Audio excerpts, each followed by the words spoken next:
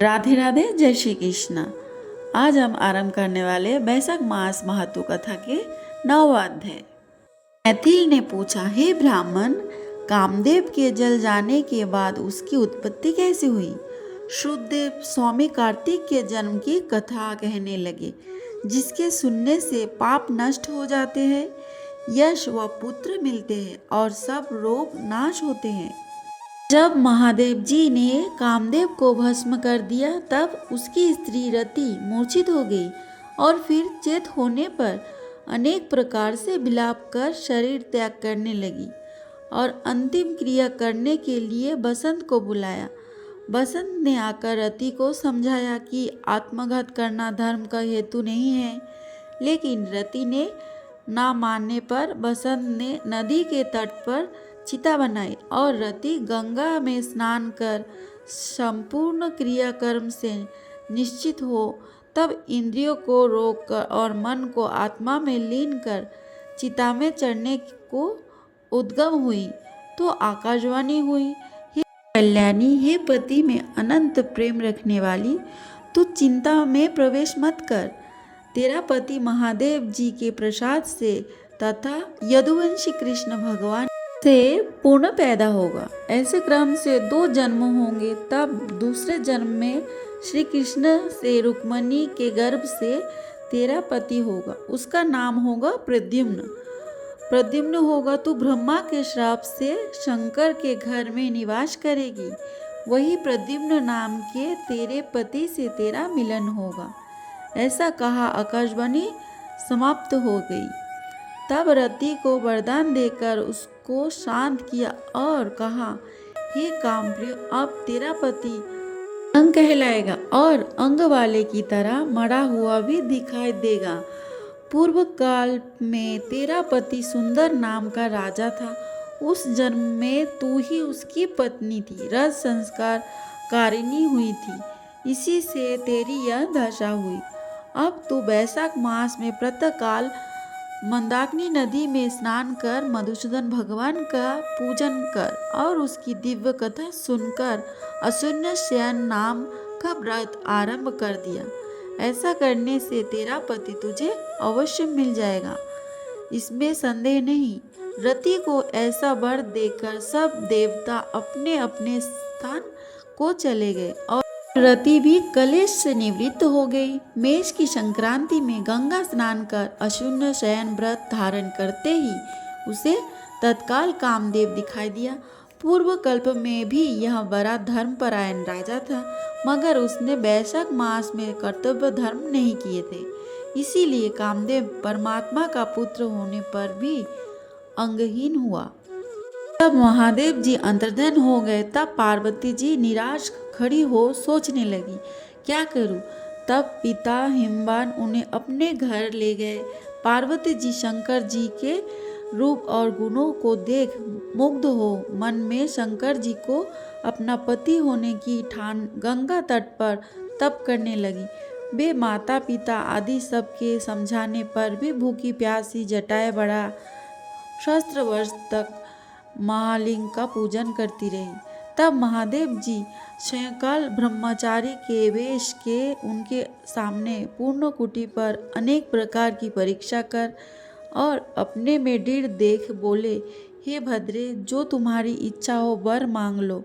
तब पार्वती जी ने वर मांगा, हे रुद्र, तुम मेरे पति हो, अस्तु ऐसा ही हो। यह वर देकर सप्त ऋषियों को बुला हिमाचल के पास भेजा। ये सप्तऋषि हिमाचल के पास पहुँचे और हिमाचल के पूछने पर बोले, हे राजन, तुम्हारी कन्या पार्वती जी, जो पहले दक्ष की पुत्री थी, अपने पिता के यज्ञ में शरीर त्याग कर तुम्हारे घर में जन्म लिया है। इसका विवाह महादेव जी से कर दो। यह बात सुन हिमाचल बोले, पार्वती महादेव जी को ही अपना पति बनाने को घोर तप कर रही है। मैं भी अत्यंत हर्ष से अपनी कन्या महादेव जी को दे चुका हूँ। अब आप वहाँ पधारो जहाँ महादेव जी हैं। हिमाचल का उत्तर ले सप्तऋषि महादेव जी के पास जा और विवाह निश्चित कर चले गए। तब तो लक्ष्मी आदि सब देवियाँ तथा विष्णु आदि सब देवता बाराती बनकर चले और महादेव जी सब देवता मुनि 6 माता आदि को तथा भूतगणों के साथ ले बैल पर चढ़ चले। इनके आगे शंख मृदंग आदि अनेकों बजाने लगे और वेद की ऋचा के पीठ होते हुए हिमाचल की पुरी में पहुँचे। तब शुभ लगन में शिव पार्वती का विवाह संपूर्ण हो गया, जिससे त्रिलोकी में आनंद छा गया। इस महोत्सव के पूर्ण होने पर शंकर जी पार्वती जी के संग अंततः से हिमाचल के शिखर पर शस्त्र दिव्य वर्ष तक रमन करते रहे। महादेव जी द्वारा पार्वती जी के साथ नित्य प्रति रमन करने पर भी गर्भस्थिति ना हुई तो देवताओं को घोर चिंता उत्पन्न हुई कि हमारे कार्य की सिद्धि कठिन है। तब खूब विचार कर अग्नि को बुला उसका अत्यंत सम्मान कर जहाँ महादेव जी रमन कर रहे थे भेजा और कहा कि जब महादेव रमन कर चुके तब तू प्रकट हो उनके सम्मुख चले जाना, जिससे वह पूर्ण रमन ना करे, क्योंकि तुझे देखकर पार्वती जी लज्जा के मारे वहां से हट जाएगी। तू शिष्य होकर कमारी शिव जी से प्रश्न कर बहुत सा समय लगा देना। बहुत काल व्यतीत होने पर पार्वती जी के गर्भ से स्वामी कार्तिक का जन्म होगा। अग्नि देवताओं से विदा हो महादेव जी के पास गया, जिसके वस्त्रहीन पार्वती को बड़ी लज्जा उत्पन्न हुई और रमन छोड़ अलग हट गई। तब महादेव जी को बड़ा क्रोध आया और अग्नि से बोले, दुर्गते इस ख्वालित वायु को जो दुस्सह है तू ग्रहण कर, तेरे मुख में त्याग दूंगा। ऐसा कहकर अग्नि के मुख में वायु छोड़ दिया। इस प्रचंड वायु के उदर में प्रवेश होने से अग्नि ने दुखित हो स्वर्ग लोक में देवताओं के पास जाकर सब वृत्तांत कहा, जिससे देवताओं को वायु के स्थित हो जाने से हर्ष हुआ, परंतु प्रसव कैसे होगा इसका अत्यंत दुख हुआ। अग्नि के उदर में महादेव जी का तेजस्वीमय वीर्य बढ़ने लगा। 10 महीने हो गए और प्रसव का कोई उपाय न हुआ।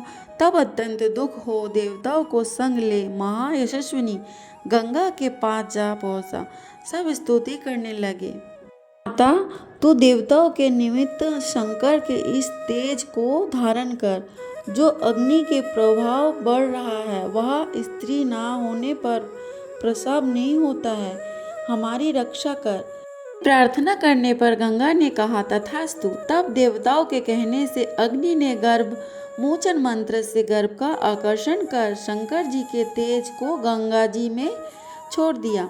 वह तेज बड़ा दीप्तिमान और लोकों में असहनीय था। कुछ मास पर्यंत गंगा जी उसे सहन ना कर सकी और जल सूख गया और रक्त कलेवर दिखाई देने लगा। तब अत्यंत दुख से व्याकुल हो अपने उदर एवं गर्भ को त्याग दिया, जो सर्पतों में गिरा। जहाँ विदीर्ण हो उस गर्भ के 6 भाग हो गए। तब ब्रह्मा की भेजी 6 कृतिका आई। उन्होंने सरकंडों से विभिन्न संभाव तेज के 6 भागों को ग्रहण कर 6 मुख पुरुष बनाया। जिसका शरीर एक ही था उसे बहुत दृढ़ कर दिया। यह पुरुष आकर 6 मुखी शरीर बहुत समय तक सरकंडों में वैसे ही पड़ा रहा। उसका कोई रक्षक नहीं था। एक दिन बैल पर चढ़े हुए महादेव पार्वती जी उसी स्थान से होकर श्रीशैल को जा रहे थे कि सहसा पार्वती जी के स्तनों से दूध की धारा ढरने लगी। स्मित हो पार्वती ने महादेव जी से अकस्मात स्तनों से दूध बहने का कारण पूछा।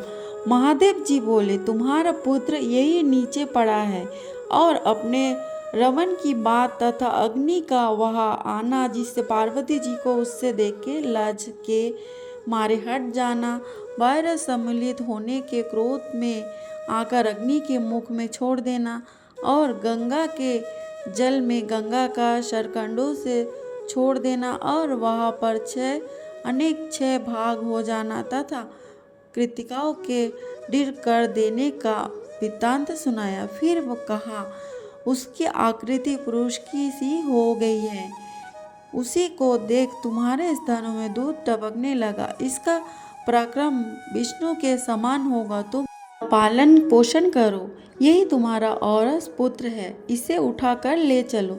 महादेव जी की बात सुन पार्वती जी बालक को गोदी में बिठाकर दुग्धपान कराने लगी और पुत्र स्नेह में तत्पर हो महादेव जी के साथ कैलाश को गई और पुत्र का पालन कर अत्यंत संतुष्ट हुई।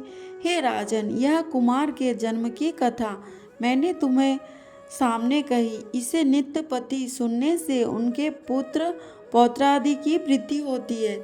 इसीलिए वैशाख मास में धर्म करने से स्त्रियों को विधवा योग मिट जाता है तथा अत्यंत पुण्य होता है। इसी के प्रभाव से अनंग कामदेव भी संग हो गया। जो लोग इस मास में बिना स्नान दान किए बिता देते हैं, उन्हें बहुत से धर्म करने पर भी अनेकों दुख भोगने पड़ते हैं। इसीलिए यही एक मास संपूर्ण धर्मों के करने के लिए हितकारी है।